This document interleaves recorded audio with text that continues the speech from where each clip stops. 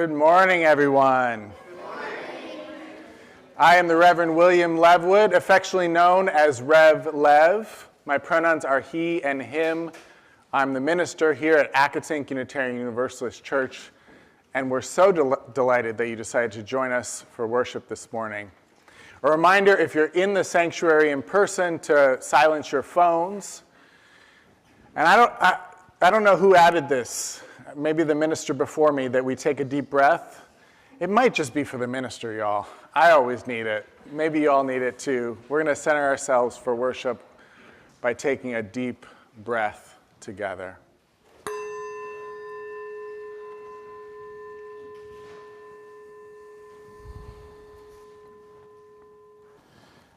We open and welcome to the ancestral people of this land, acknowledging that our church, like all of Burke, rests on the unceded territory of the Manahoac tribe of the Great Sioux Nation.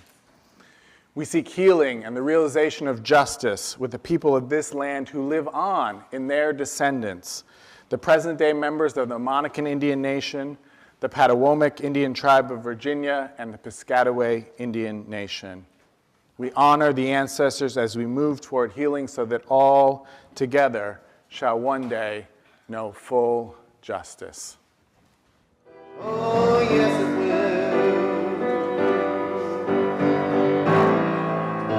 Then I go to my brother,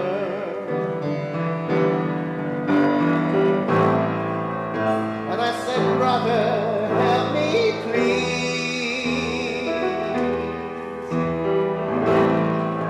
But he went down, knocking me down, back down on my knees. Oh, there've been times I thought I couldn't last for long, but now I think I'm able to.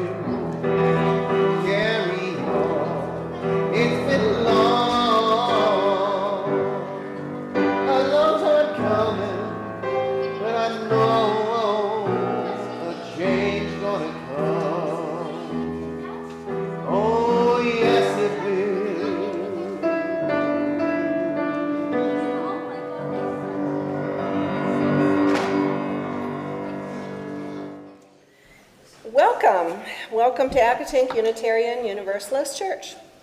I'm Judy Robison. My pronouns are she, her, and I'm happy to be your worship associate today. If you aren't new to Accotink, look around. Do you see people you haven't met yet or you haven't spoken to in a while? These people like you. They want to meet you. Help us live up to our mission to be a welcoming and inclusive spiritual home for all by reaching out and making a connection. By visiting this congregation, newcomers are in a transition moment. That means that your new best friend might be here this morning, and this is your chance to get to know them before someone else does.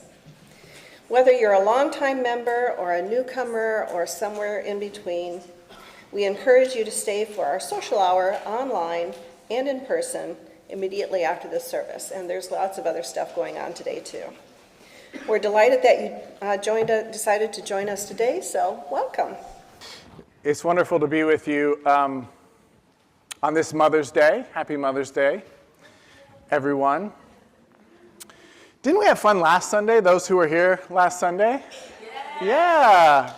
So last Sunday we talked about big magic, this idea that creativity is around all of us waiting for a host, right? Creativity is like an alien that wants to take over your body. And get you to make amazing stuff. Okay, that wasn't in the sermon last, and probably a good choice not to put that in the sermon. Next Sunday, we're going to celebrate Flower Communion, which is a Unitarian Universalist tradition with roots in World War II and anti-Nazism and anti-fascism. And so we're going to celebrate that, and it's just a beautiful ritual of Flower Communion. So if you're coming next week, we'll have extra flowers, but if you bring your own flower, that's really how it's meant to be, that everyone brings their own store-bought or wild flower to the service, and I'm not going to tell you if you don't know what happens after that, so it'll be a surprise. This Sunday, we're going to talk about generations. I appreciated that Judy called A Change Is Going to Come an old classic, because it is an old classic from a certain time for a certain generation. So we're going to talk about generational differences and conflict as well, and why we just need to get over ourselves so we can get to work together, basically. So I think that's all I have to say about that. Next, and then the fourth Sunday, we've got Reverend Catherine Adams, who's a member here, a longtime member, who we ordained along with the UU congregation of Frederick, Maryland last year. Reverend Catherine Adams will be preaching the last Sunday of the month, which is just one Sunday before we're going to ordain the soon-to-be Reverend Brenna Kelly in Rockville, Maryland, at the UU congregation of Rockville. So this congregation makes a lot of good stuff with our big magic, including Unitarian Universalist ministers, and hallelujah for that.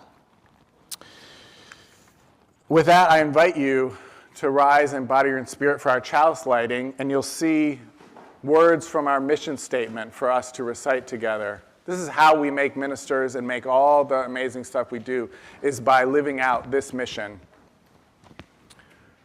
Together, we care in community, grow in spirit, and act for justice. And if you're It's a little and a mystery. Where do we come from? Where are we going? Where do we come from? Where are we going? To the top. Where do we come from? What are we? Where are we going? Where do we come from? What are we? Where are we going?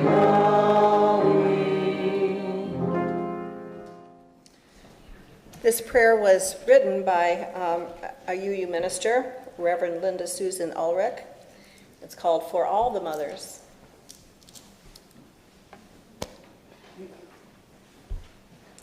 For all the mothers and mother figures, the grandmothers, the aunts, and extended family members who mother, the soon-to-be mothers, the wish they were mothers, the never wanted to be mothers, the it's complicated mothers, the birth mothers, foster mothers, adoptive mothers, stepmothers, the used-to-be dad mothers, and the more than one mom mothers, the single mothers, separated mothers, stay-at-home mothers, unhoused mothers, the grieving mothers, those who grieve their mothers, and those whose grief is complex, for all the communities that mother, and for all who depend on the great mother.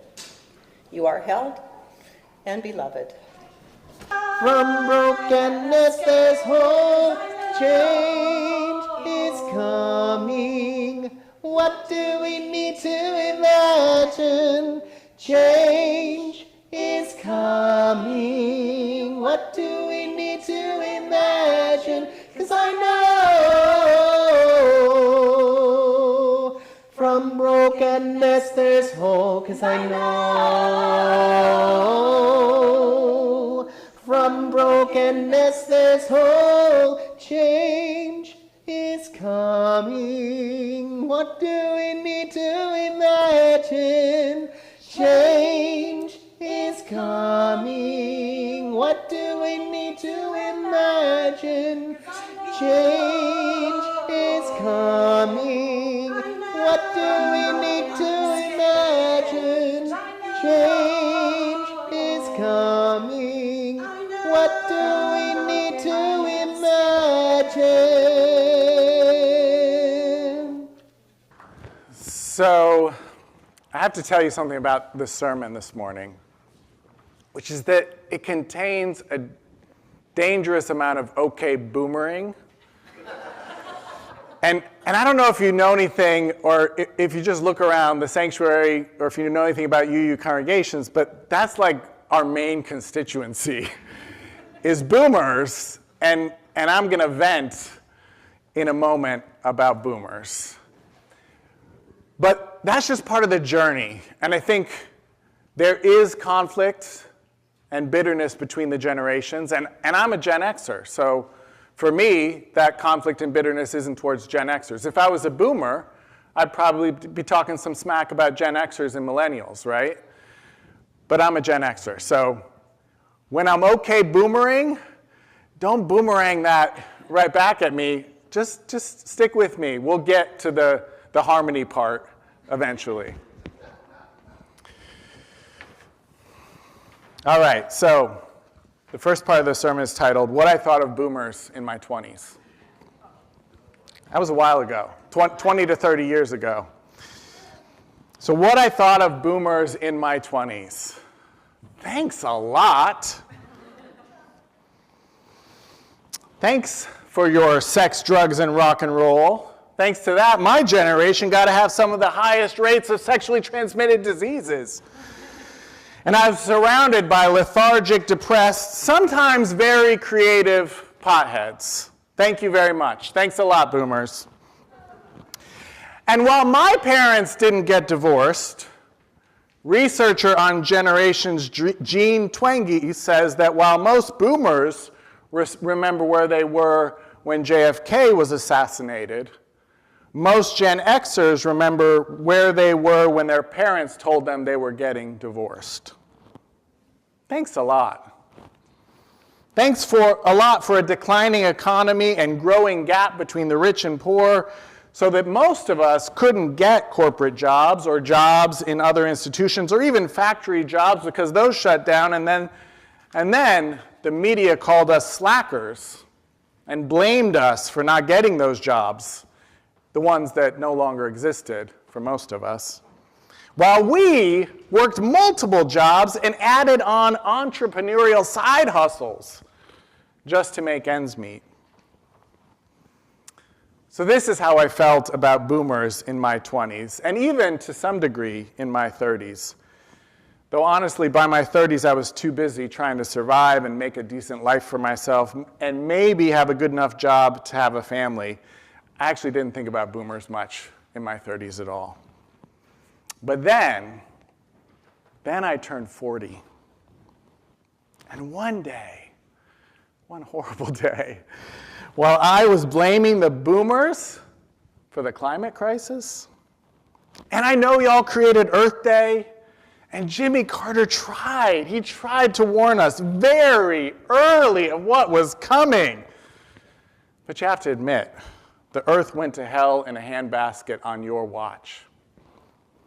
So one day, while I was busying myself with blaming the boomers like I just did for the climate crisis, I realized something truly horrible. I realized that I was 40 years old, and I took a look at my generation. And I realized the 20-year-olds had every right to look at us Gen Xers and say, what the hell have you done to stop the climate crisis?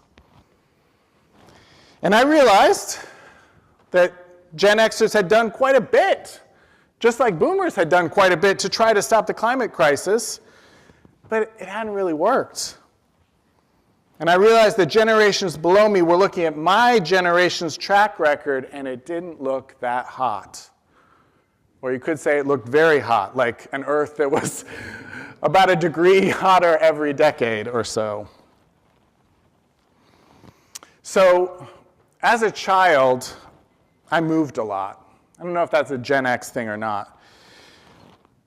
But I moved a lot, and I feel like that gave me a particular gift, because I had to, with every move, find my way in a new culture. It was all in the United States, but still, regional subcultures. I had to figure out, what are the rules here? And what that taught me is that the rules change with the context. It's not always the same. And I feel like there is a way that that's kind of a Gen X thing, even if you didn't move a lot, because Gen Xers, we just proliferated with subcultures and subcultures. It wasn't like black music and white music or rock and roll and soul music. It was like neo soul and New Jack Swing and I don't even know where you put Lauryn Hill and the Fugees, right? Like it was subculture after subculture. It wasn't just punk, but it was metal punk and heavy metal and, right, I can't even name them all. Again, a pluralistic vision of society or at least art that showed that it might not sound good to everybody, but this sounds good to somebody. So maybe I should question my own assumptions about there's one right way to do things. So I noticed that I'm still kind of making it sound pretty good for the Gen Xers there, right? Like we're the ones that are pluralistic. So, and I haven't talked about millennials at all. So at first, I was excited about what millennials were bringing to the table. Some of which Gen Xers brought to the kids' table and the millennials like brought to the adult table, to the mainstream. Not just gay and lesbian rights, but a whole new way to look at gender beyond the binary. Not just civil rights for minorities, but whole new ways of looking at the root causes, the systemic racism and implicit bias that got us to look deeper than just interpersonal relationships between races. But then I got a little bit uncomfortable. Right around the moment that millennial told me I shouldn't have said minorities a moment ago, because we don't say that anymore.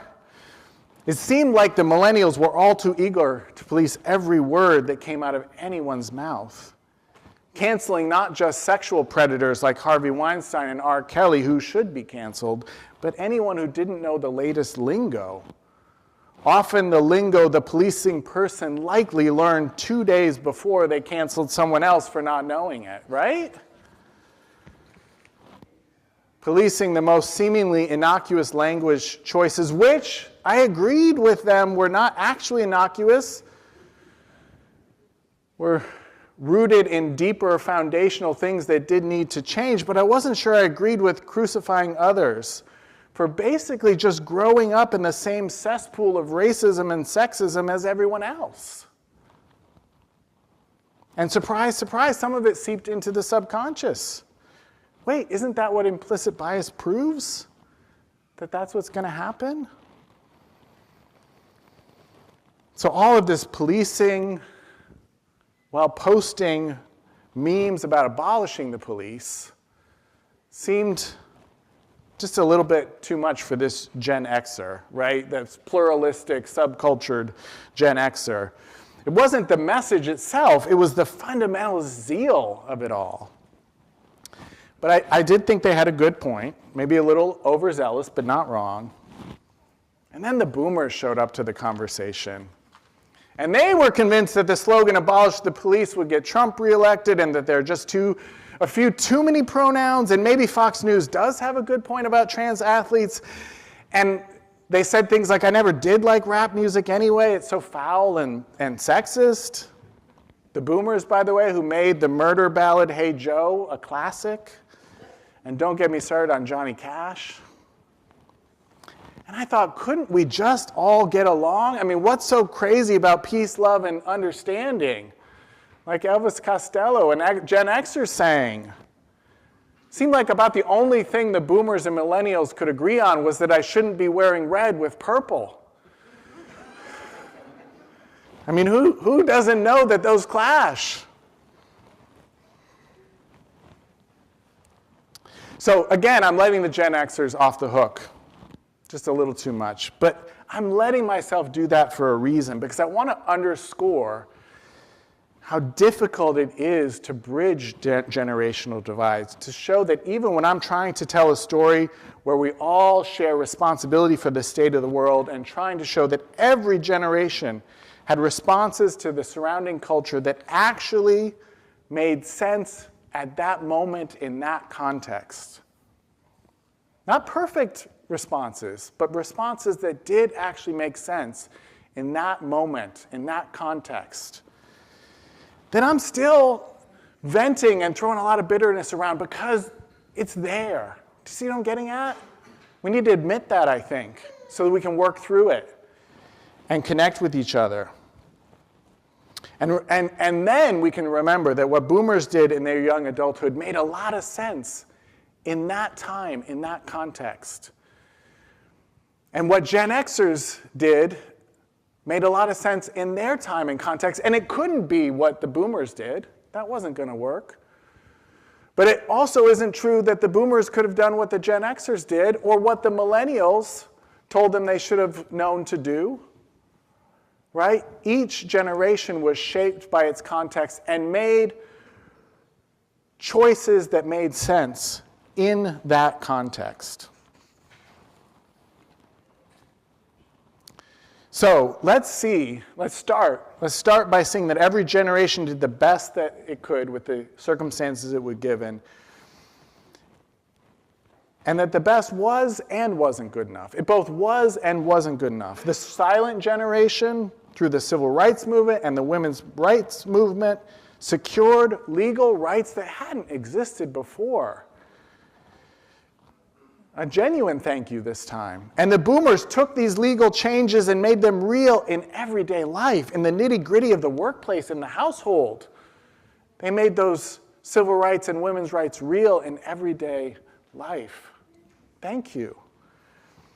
And the boomers added the gay liberation movement and celebrated the first Earth Day, as I mentioned, and the Gen Xers helped to take these movements to the next level with marriage equality and the Paris Accords. And boomers, okay, maybe the Paris Accords, that's millennials maybe, but again, I'm trying to not give too much credit to the Gen Xers, it's hard. And the boomers, I'm going back to okay boomerang, I can't help it. The boomers did help those things happen as well. Because they still won't let go of any political power. I mean, we haven't had a Gen X president yet. And you know what? I don't think we're going to get one. It's just going to skip to the millennials. It is. You watch. And the millennials upped the ante and brought in trans rights and structural changes to counter racism baked into society institutions. Thank you, millennials. Oh, and I didn't even mention that Gen Xers and millennials had record numbers of interracial marriages and birthed record numbers of mixed-race humans.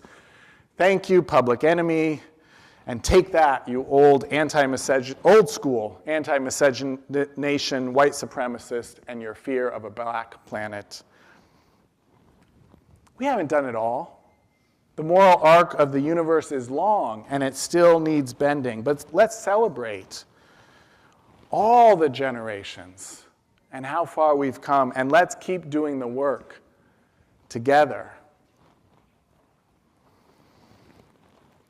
I also have to give a big gratitude to Brad and our other musicians, because I gave him a heavy lift this Sunday with all of this new music, and that's for a reason. So he sang A Change Is Gonna Come, that old classic from Sam Cooke, because I feel like that is emblematic.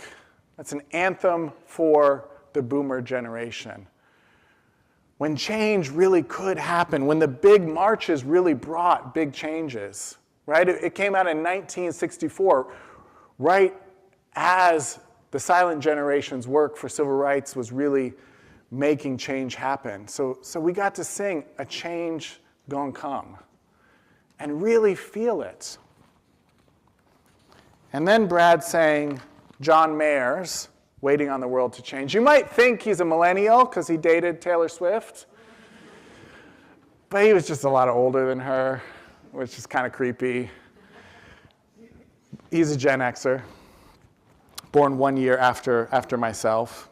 And I listened to that song in the car on the way to church this morning, and it made me cry, because as a Gen Xer, I felt it so much. Me and all my friends were all misunderstood. They say we stand for nothing, and there's no way we ever could. Now, we see everything that's going wrong with the world and those who lead it. We just feel like we don't have the means to rise above and beat it. So we keep waiting on the world to change. I wonder if Gen Xers are quite as freaked out about this moment in history, you know, the fascist takeover that's happening, and the fact that we're so powerless to fully stop it. I feel like we might not be quite as freaked out because we're used to not having power. We've been waiting on the world to change our whole lives.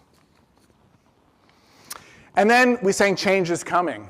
What do we need to imagine? Because I think that's the millennial anthem.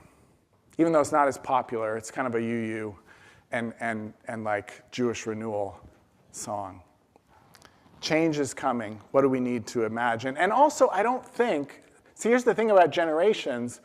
We inhabit the world at different moments in our lives, but we inhabit the world all at the same time. And right now, the anthem for all of us is change is coming, or it's here, isn't it? Right? What do we need to imagine? And I know I'm scared, but we are prepared, and if we're not prepared, we better get prepared. And from brokenness comes whole. Okay, so what do we need to imagine? I'm not sure, but I do know this, that we have to do it all together, all the generations, and not get caught up in that bitter infighting, and know that abolish the police is a powerful and important slogan and a bad idea at the same time, and both things are better if we have more centrist and more radical actions, both, right? So let's not argue over which one's the right one. You see what I'm saying? In our generational myopathy, but see the bigger picture together. I also know we have to keep doing what we're doing here, right? That we have to keep singing songs and getting nourished by that. We got to keep having potlucks and just hanging out, right? We have to take care of ourselves, because what is necessary for change at the most basic foundational level is resilient communities. So we have to nurture ourselves to be a resilient community that can keep showing up and keep showing up and keep showing up as long as it takes, even if it takes generations. So the first thing we need to do as a foundation to do all the other stuff is nurture resilient communities just like this one. And then we need to join in coalition with other resilient communities so we have enough people power to reach that 3.5% that studies show is how you topple dictators, is when you have 3.5% of the population truly, fully committed and out there on the streets protesting. We're not even close to that yet. And we got to make those resilient communities, though, and get ready and get prepared. The house is on fire. And maybe it's the Gen Xer in me, but I think it's going to burn. I don't think we can stop it, or I don't think we can stop all of it. Some of it's going to burn. We should stop as much as we can from burning. But we also have to get ready to build the next thing, because some of it, at least, is going to burn. And if we're not ready to build the next thing, guess what? Somebody else is going to build it, just like they're burning it down right now. So let's work together and ask ourselves, what do we together need to imagine? And remember that from brokenness comes wholeness if we show up and make it true, if we make it so. So may we be among those who continue to make it so. Amen, amen, amen, and blessed be. So we ask that you rise now in body or in spirit to join in our closing words. If you feel comfortable, join hands with your neighbors or be in contact with your friends. As we extinguish our chalice, I invite you to join me now in our community blessing with these words of David Bumball. This church is dedicated to the proposition that behind all our differences and beneath all our diversity, there is a unity that makes us one and binds us forever together, in spite of time, death, and the space between the stars. We pause now in silent witness to that unity. Now that we've gathered together in this welcoming and inclusive spiritual home, let us go out into the world nourished, rejuvenated, and inspired to share our values.